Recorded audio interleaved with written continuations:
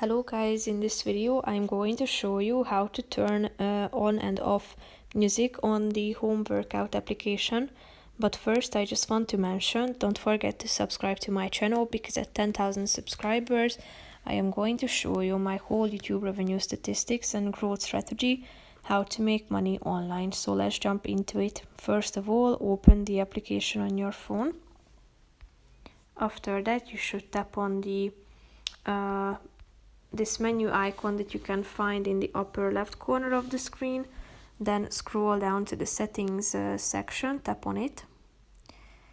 Go to the workout section, and here the third button is music that you can turn on by tapping on this button in the right side of the screen. And once it turns to gray, it means that it's turned on, so you're going to hear music while doing the exercises in a particular workout.